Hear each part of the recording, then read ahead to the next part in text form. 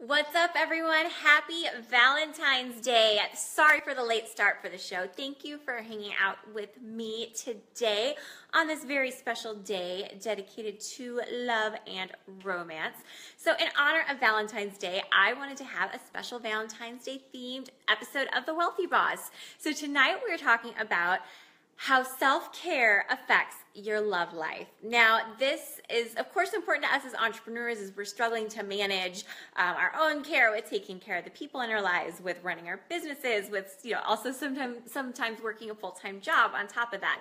But this is important to everyone who has a body and or a relationship, or possibly would like a relationship. So please do feel free to share this out to anyone in your network who needs a little bit of a reminder that, taking care of yourself sometimes is actually a good thing when it comes to taking care of your relationship.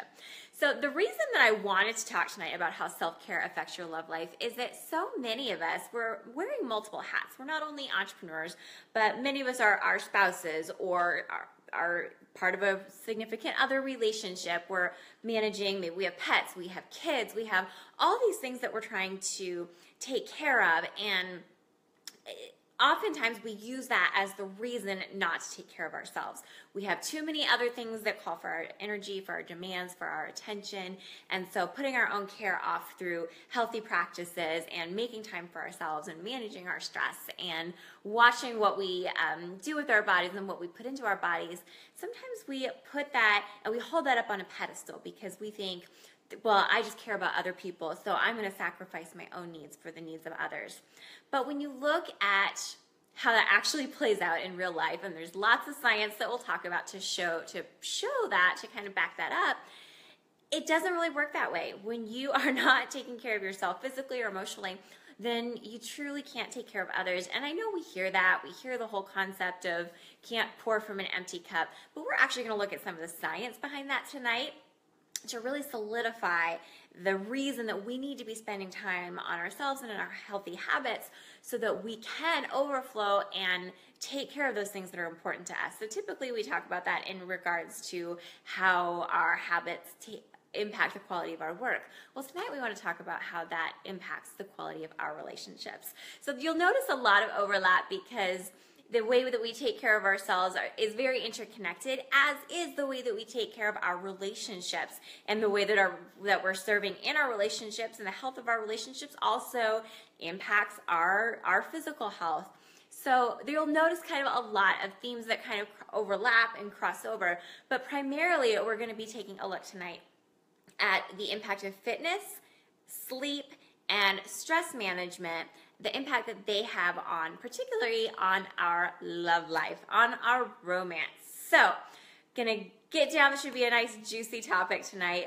Feel free to leave comments or questions that you have as well, but let's dive into it. So first, let's talk about fitness, one of my favorite topics since I am certified as a personal fitness trainer and yoga instructor. Of course, I love to talk about exercise and all the reasons you should do it. Well, here's one more. So first of all, we're going to put some scientific studies behind it, but you probably already know, if you've ever worked out, that exercise is a wonderful stress reliever. Exercise helps you manage stress, and there's science to show that it releases endorphins that helps quell the stress hormones in our body. Well, guess what else happens when we are lowering our stress? We just happen to make better partners. There was a study done by Neff and Carney in 2009 that tracked couples who were under high stress levels and under low stress levels. And the days that they were under high stress levels, they were shown to be highly reactionary and just not as able to cope with the demands of their relationships. So other studies have also shown that couples who are arguing are less likely to solve their argument if one of them, even just one, has not had a good night's sleep the night before.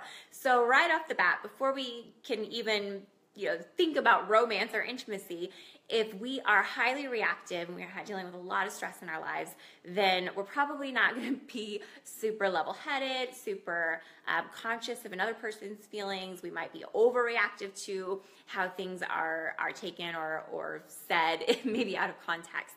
So exercise is just a great stress management tool to get us where we're not taking the stress out on a loved one. We're being able to process it and eliminate and manage some of it through just getting out there and getting a workout.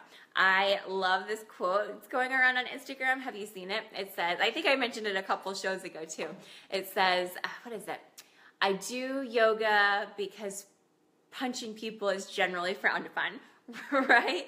So you've all had the experience of having at least a workout and known that you've been better able to manage stress. I actually remember growing up, my mom would be like, I think it's time for you to go for a walk when I was getting a little bit, stressed out. So that's reason number one, how fitness can really help your relationship. It's just going to make you a little bit easier to live with, which of course is always a good thing in a relationship, especially with someone that's living in your household. All right, now getting on to maybe even a more fun topic, exercise has a direct impact on your libido. And this is for a number of reasons. There's a lot of physical reasons, there's some emotional reasons behind that. But not only is it going to help dampen the stress, stress is actually a very big inhibitor of your libido. It dampens that natural sexual desire and sex response. So anytime that you're ameliorating the stress, you're also priming your body to be more in the mood. Well, there's a lot of other reasons, though, that exercise will help your libido as well. Circulation, for one thing. Sex is a physical act. Boosting your circulation via exercise, moving the body around, that means more blood flow to those important parts. The baby-making parts need good circulation as well. So your body is going to be more primed for action, right? Not necessarily just after a workout, but the more that you are circulating the blood in the body, it's going to make everything just work a little bit better. Maybe an overlooked part, but when you are more flexible, your sex life might be more comfortable because you're able to move around and hold positions better. So one more way that exercise is able to help with your libido. Now, this is really interesting. People who exercise more have a better sense of self-esteem. So maybe that's not super, maybe you could put two and two together and think that, oh, well, sure, if you're exercising more, you have sexier abs, you feel better in your body. So, of course, if you have a perfect body, then you'd be more up for having sex, right? Well, yes, of course, the more that you work on yourself and work towards your goals, you're going to be proud of that and want to show it off. But studies actually show that even one single exercise, one single sweat session, one single workout automatically increases your own perception of your desirability. So your self-esteem actually raises with each workout you do. It's not because you've lost 3 inches off your waist. It's because the actual chemical processes of exercise makes you feel better about yourself. It gives you better self-perception. So that is going to pay off in a number of ways. Obviously, the more confident you are, the more you're going to be willing to take risks in business, to try new things. I've certainly seen this in my own life, but it's also going to make you feel more comfortable in the bedroom and being in front of someone. So exercise has so many benefits when it comes to your love life.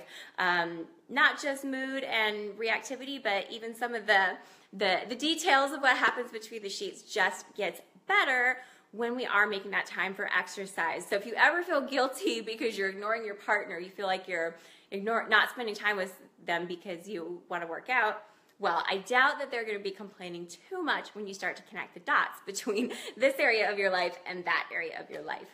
So let's move on to sleep, and you'll notice the mood and the libido comes up in a number of self-care habits. There's, as I said, there's a lot of overlap.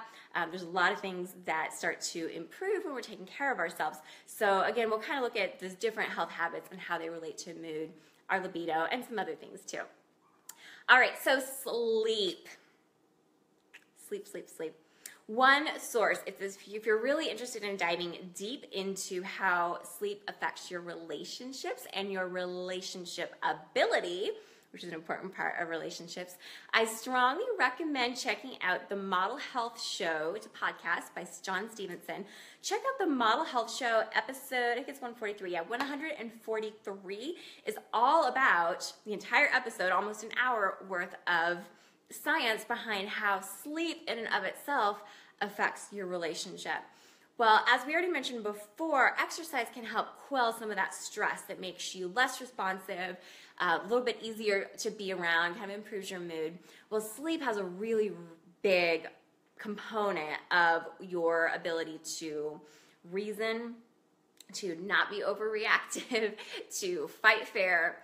And here's why. You might have heard me talk about this in other episodes, but we'll talk about it again. When you are sleep deprived, your brain changes the area that it makes decisions with.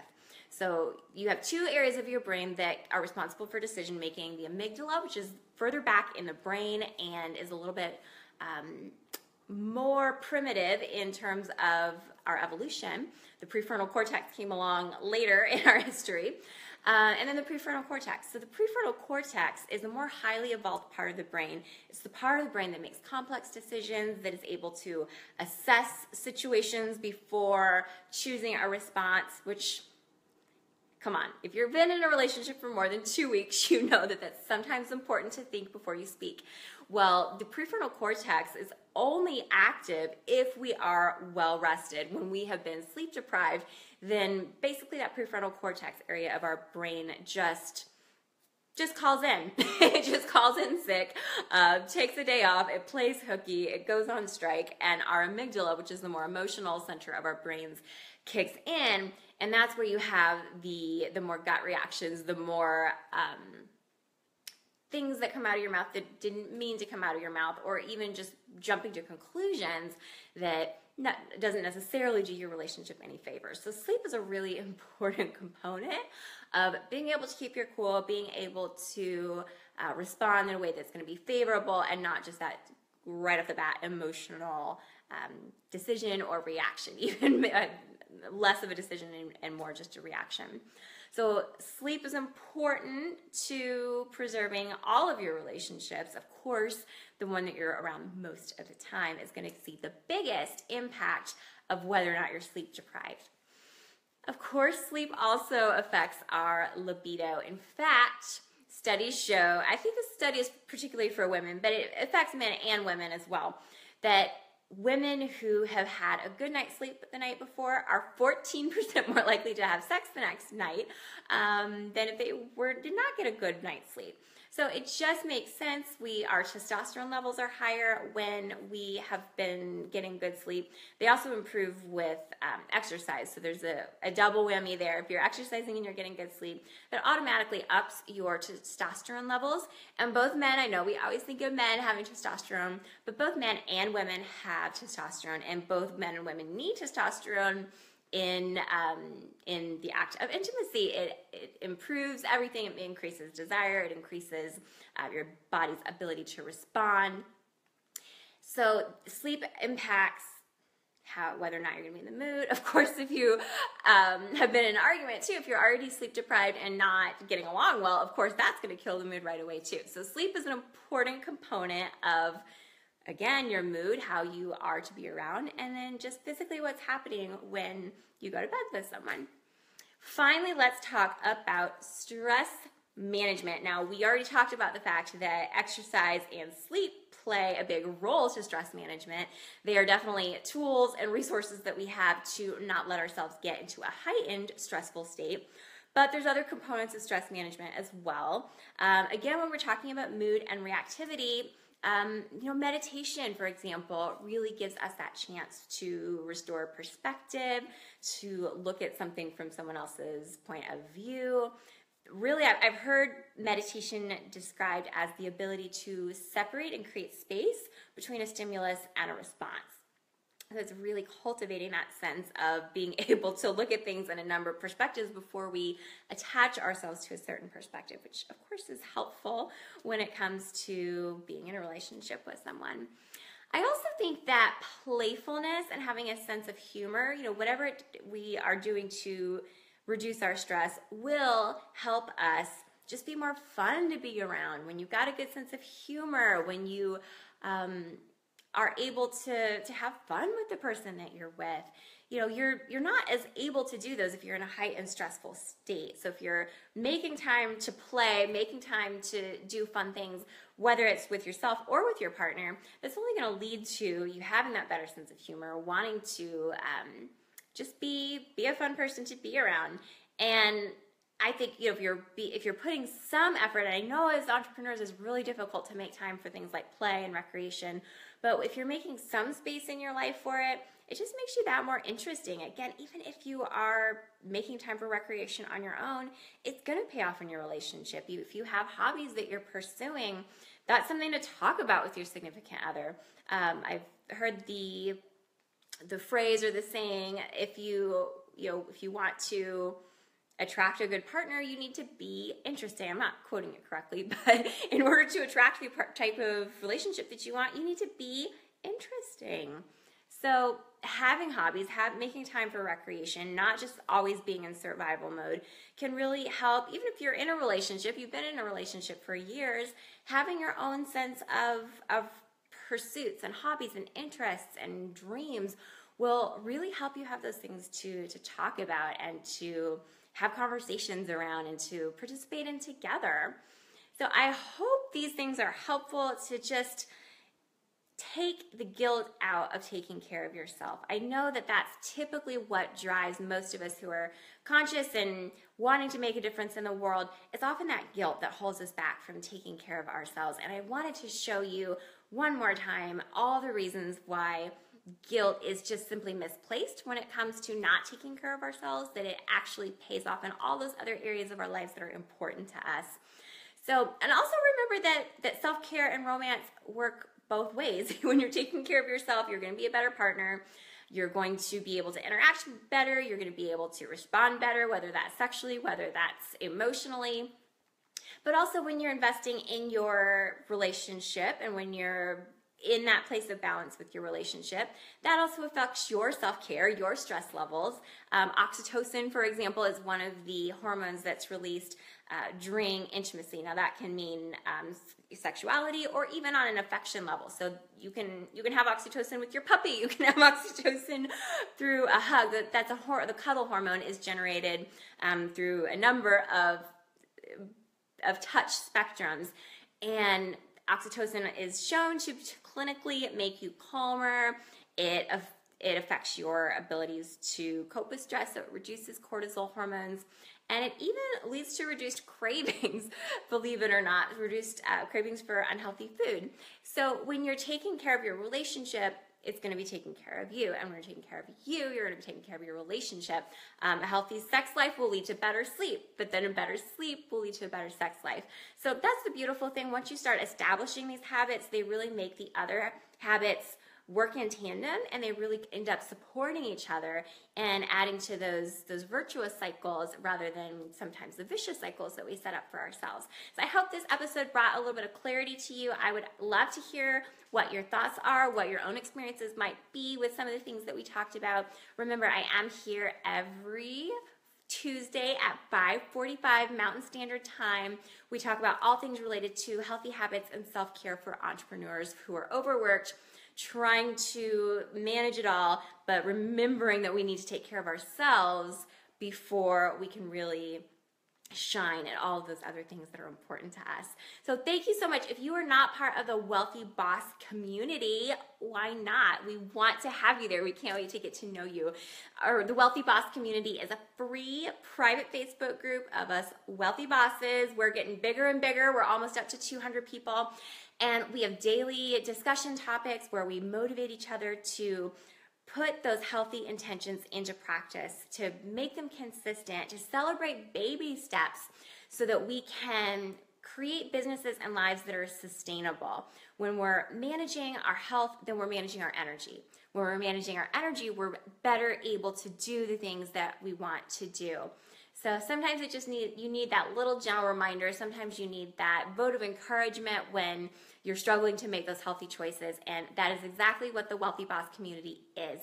Please join us. You can find us at wealthybosscommunity.com. You'll need to request access, but I promise we'll accept you. And once you're in, please introduce yourself. We can't wait to get to know you, your business, and those areas of self-care that you want to spend a little bit more time and attention on. That's all for now. Happy Valentine's Day, and I'll see you next week.